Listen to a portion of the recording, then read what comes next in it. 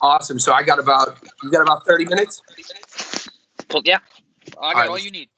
All right, man. I really appreciate it. How you been, man? I'm good, man. I'm good. I'm actually in between workouts right now.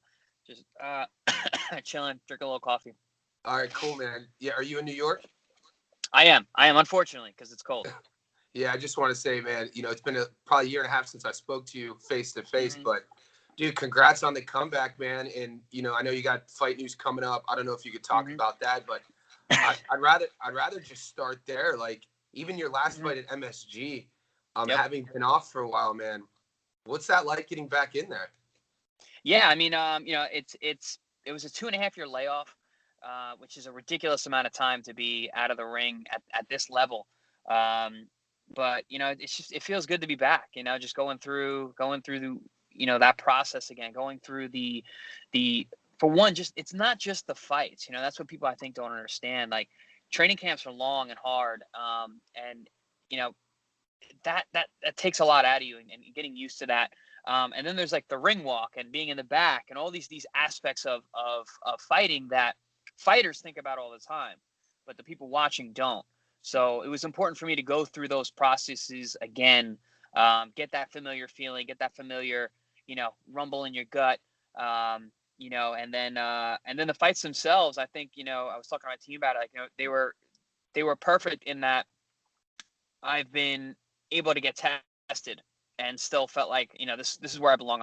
I'm nowhere near done. I want to do this. I don't have to do this. I never had to box. I especially don't have to now. I'm doing this because I love it, and I see a real spot for me to be a world champion again. Yeah, I read that article you did with a newspaper out of before your second return fight in January about the things getting used to, not so much the opponent, but like you said, getting your name called. And when it came to the venue, Madison Square Garden, did you have any choice on that, or were you able to be like, this is where I wanted my second fight at, or was that just synchronicity? No, that just came up. The first fight back, I did have a choice, and I wanted to be in my hometown. It made sense to me for my homecoming and my return to the ring and return to boxing to be where it all started. So that was a choice. And the fight went really well, and everybody's like, "Oh my God, you look great." They were talking about a world title fight right after my first fight back, and I was like, "All right, guys, let's pump the brakes a little bit. Let's get the feet wet a little. Let's earn my spot." I've always been a guy I wanted to earn. Like, I had to beat a lot of tough guys to get to where I was. I don't want my name and what I've done in the past to just shoo me right into the position. I want to beat these tough guys out there. I want to beat these prospects. I want to beat the contenders, just like I did the first time. So when that fight came up, a chance to fight at the Garden, we jumped all over it. And it was 7 weeks later after my first fight back. So that was cool. I wanted to stay busy. Yeah, something that's interesting that happened for me, being on the other side as a fan of you, watching you fight, how you carry yourself, is that before you took the time off, I think I'll speak for all the fans. I don't know if everyone realized your fight resume. I don't know if everyone realized the quality of opponents that you had scrapped with. Ruslan, Khan, Provodnikov, and Errol Spence Jr. Now, you personally, once you took the time off and you got back, did you have an opportunity to look back on your career and see all the work that you had done, or is that something that you're not thinking about? Like, did you have a greater adoration of your own body of work? That's a fantastic question. And I've always said, like, everything moved so fast for me in my career. And I was never kind of like thinking about what was going on while it was happening. I was like, one day I'll look back on it. And I did have time off, but I never considered myself retired or being that far from the sport. So I still really haven't really looked back. I have seen what my opponents have done since then. The fact that Manny Paquiao, I fought him 5 years ago now, is still out there beating top guys is crazy. Yeah. My adoration for him has grown so much since fighting him. He's just a phenomenal athlete and such an incredible addition to the sport. And then you got Errol Spence, who's one of the top 5 fighters in the world right now, and I think eventually is going to be, if not the best fighter in the world, one of the best guys around. He's an absolute stud, and he's been tearing everybody apart ever since we fought. So I think a lot of my opponents maturing since my fights has kind of showed, again, the resume that I had to go through. Yeah, I didn't really know about Errol until you fought him. And since that fight, You know, he's one of my favorite fighters. How technical he is, Yeah. how he carries himself. Again, before that though, they talk about that we become, whether you're a fighter or whatever field we're in, we become a body, you know, a little piece of everyone we're around. You did, I think, 36 rounds, 3 fights in a row of the aforementioned fights with, you know, killers. What is that? Win, lose, or draw? You won a few, you lost a few. In terms of confidence moving forward, do you bring that with you in each fight, or is that something? Is it like they say you're only as good as your last fight? And you don't think about it. You know, yesterday's accomplishments do not guarantee tomorrow's successes, right? So that's kind of the way I have to kind of think about this. You know, like I've been in there with the greats, but at the end of the day, it matters what's in front of me. I still have to put the work in. I can't just be like, oh, I did it, you know, so I don't have to work as hard now. Nah, I got to work harder. And that's kind of where we're at right now. I'm not focused on the past. You know, I'm not looking in the rear view. I'm focused on the future. I know what my goals are. I've always been a very goal-orientated person. So just kind of picking off where I left off, you know, and picking up where I left off and moving forward, always progressing, always adding skills to the game.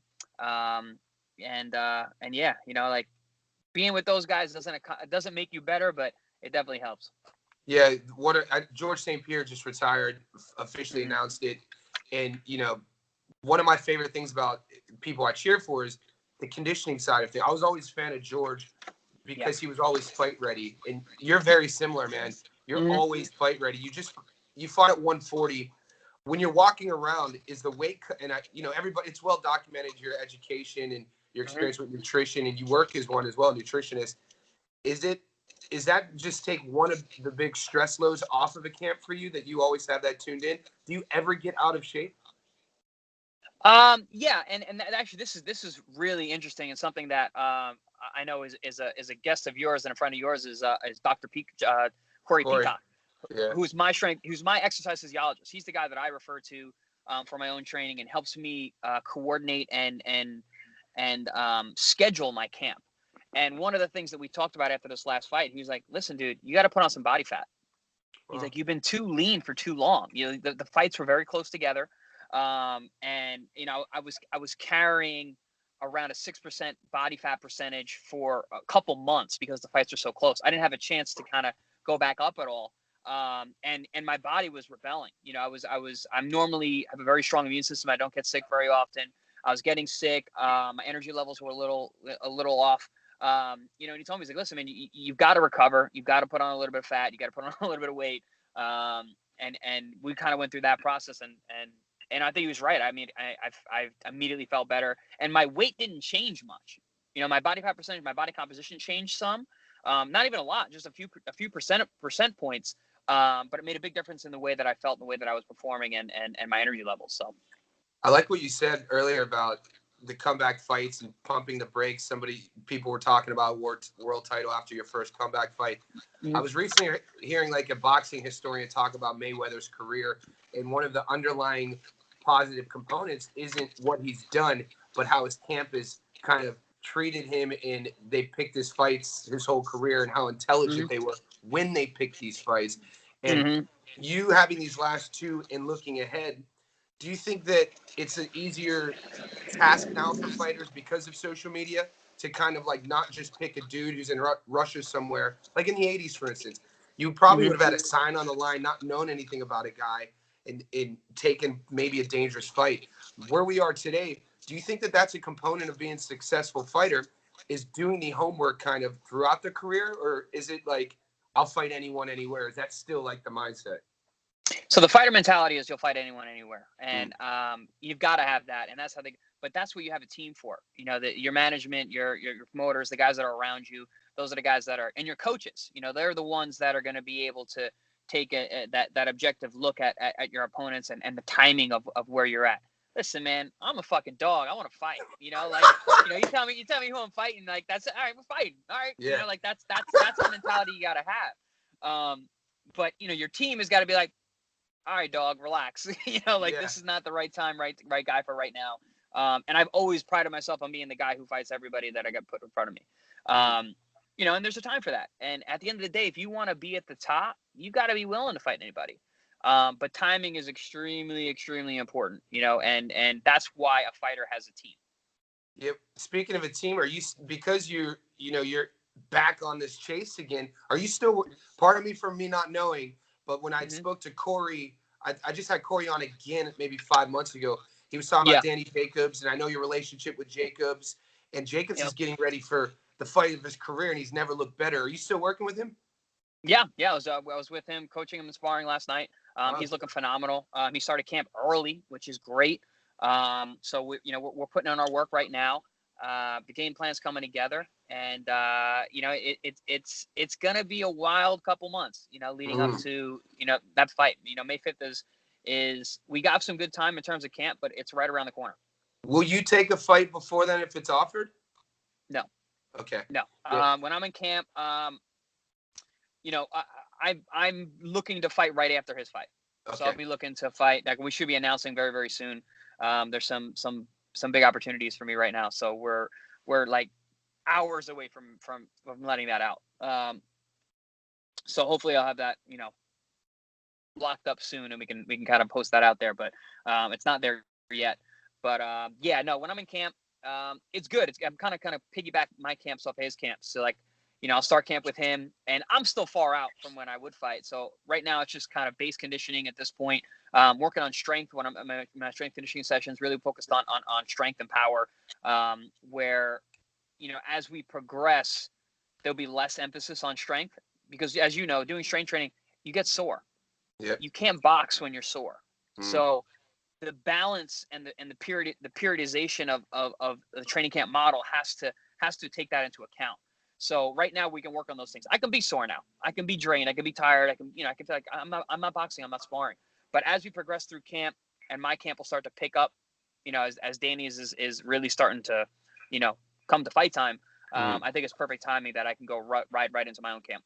So fighting, fighting at 140, how, at this stage in your career, how heavy will you get? Like, where is your comfort level at walking around at, knowing that you have to cut this much weight? The funny thing is, and Dr. Peacock will kind of attest to this, like, my weight doesn't change a whole lot. My body composition will change, but I don't really get too much. I'm around a 155, 156. That's kind of like my walking around. I rarely break 160. I live pretty lean. I walk around pretty lean. Even at my higher body fat percentages, I'm still, between 8.5% and 10%, body fat. So that's just my body type. That's just kind of the way that I am. And not everybody can do that. And I understand that. And I have to take that into account when I work with other athletes. But the weight's always hard at the highest level. Even though it's only 15 pounds away, it's still hard for me, because, like I said, I walk around lean. So, making 140 is definitely not easy. But even when I fought at 47, it was definitely easier. But you kind of have to build your body up in order to be in the weight class, And I think if you understand nutrition and training and your own body, the human body's plastic. You can do whatever you want with it. Yeah, I like that. So when you're at 155 and you're drilling, is it more than just speed that you're noticing personally when you're doing your drills, or is there a psychological component, knowing that, because your speed, man, and your precision, when I watch you fight, I picked up boxing when I was a kid. When I was 7, my dad had me doing it with Pavlik, and Kelly. Kelly's a good friend. He told me to tell you what's up, by the way. He's awesome, man. Such a good dude. I was on a podcast a while ago. Yeah, and so when I was 30, I was researching about, my family has a degenerative brain disease, Alzheimer's. And so there was this research about neuroplasticity and doing things ambidextrously to rewire these different parts of the brain. So I started hitting the heavy bag again. And when I watch you or guys like Lomachenko, I see that. I'm like, shit, I'm never going to hit the heavy bag again. This is terrible. Man, I see your videos. I've seen your videos. You're getting better and better. So keep going. It's like a human video game, man. And I'm noticing that as I drop weight, because I started at like a good 89, and I'm down 89 kilos, and I'm down about 82. I noticed the biggest difference for me is the speed thing. So I can only imagine a guy like you who is fine-tuned top of the food chain. Are you noticing a speed difference between pounds, between kilos? Is that why you want to get down to that specific weight, or is it strictly because that's where the weight class is? No, it's what you said. Like, that's where my body feels and performs best. And it's very, very tight. It's a very, very tight range. It's a couple pounds. Yeah. Like I know around the between the 54 and 56 range, I feel really good. And it's not just speed, it's the way your body feels. Yeah. It's the way, like where your elbows sit in your boxing stance. How you feel on your heels when you sit down.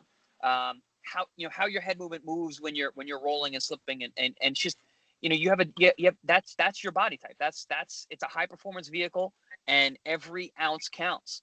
I've worked with fighters guys who cut a ton of weight and, they'll spend the majority of their camp, say for example, they're, I don't know, like a 155er in MMA.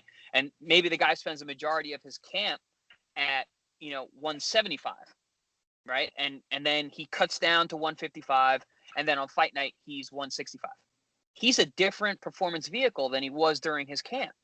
That 10 pounds, maybe he's faster, but he might not have the control at that body. He doesn't know that body the way he knows the 175-pound body. Or I've had guys do the exact opposite, where they spend the majority of their camp at 65, and then on fight night at 175.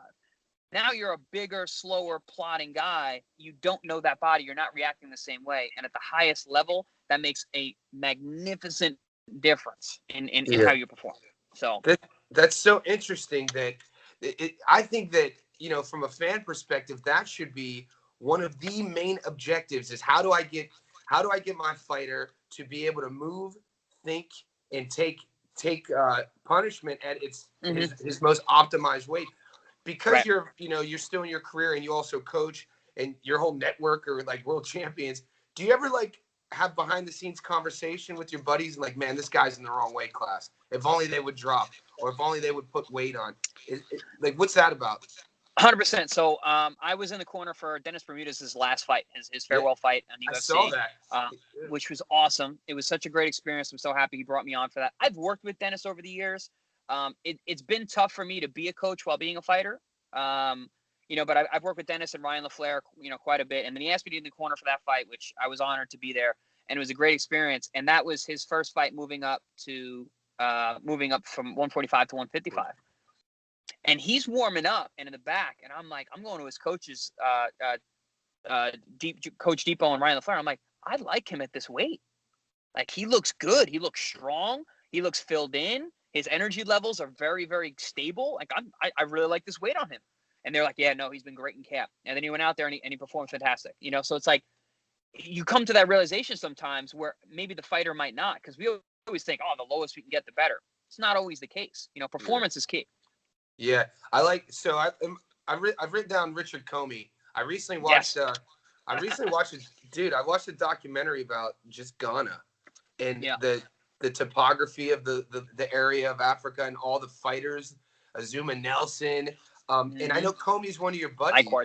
Yeah. I mean, the list goes on and on. I wanted to focus this on Comey and more about you being able to build that network and surround yourself around guys top notch. What's your relationship with Richard, and maybe talk about how you got to know him? Yeah, Richard is such a great kid, man. He came to the gym training with my coach, Andre Razier. It's probably been about a year and a half now. And I was in camp with Daniel, and we came in, and then, we got this kid here.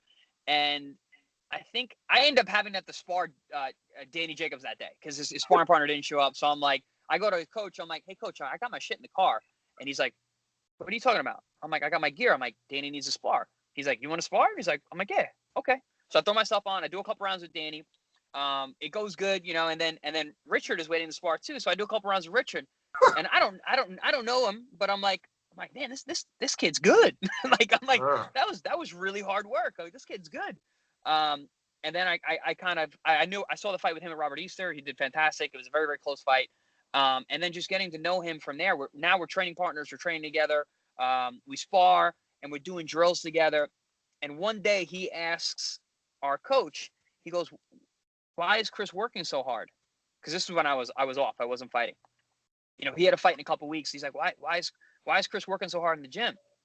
And my coach just yells at him, just work like him. So then he asked me, he's like, wait, he's like, Chris, you work so hard. It's really inspiring. Why do you do it?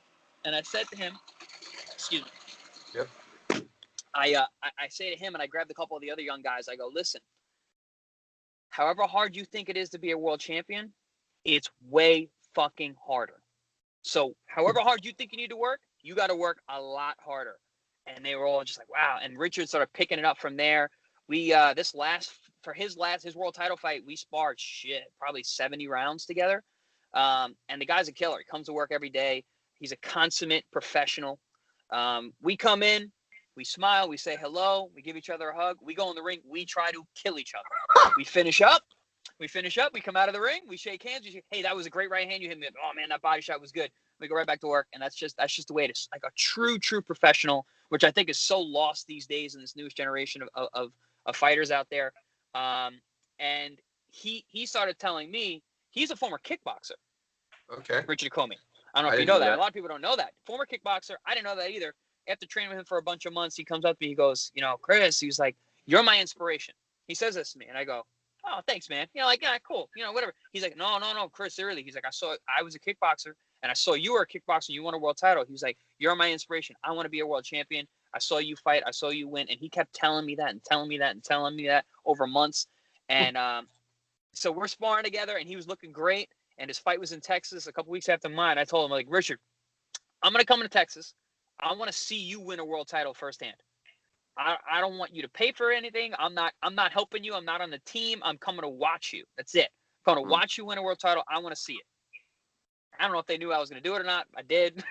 I flew to Texas. I flew to Dallas. I'm there. I wore my Richard Comey shirt. I watched him win a world title. I was so proud of the kid.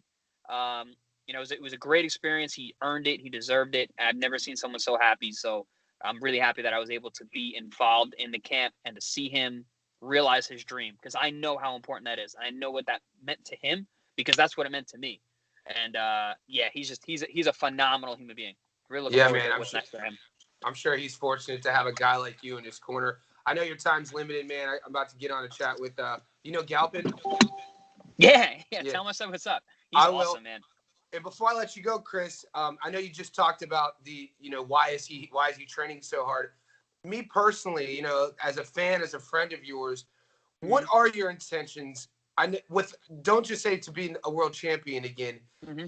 As a man, like getting back that primal drive that we have, that reason for waking up and doing what we do, and in your case, doing what you do, modern day samurai.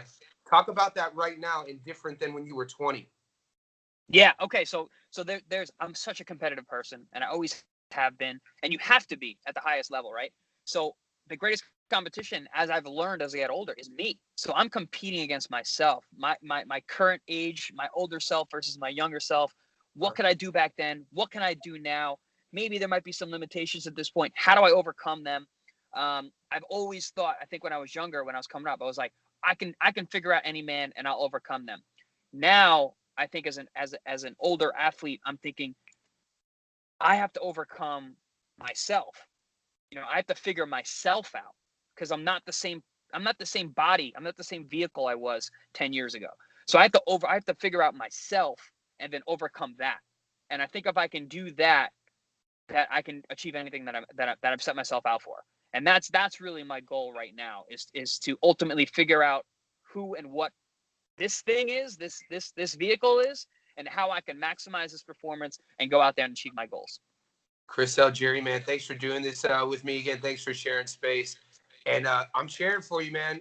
And off the record, this will be up in Australia Monday night, which will be Sunday afternoon in America. And okay. I'll send you the first copy. Awesome. I'll blast it out. I appreciate it, brother. This is always a good time, man. Yeah, for sure, man. And whenever you find, I'm sure I'll find fight news online, but man, good luck, dude, and get after it. All right. Thank you, brother. I'll talk to you soon. All right. Yes, sir. Be good. Yep.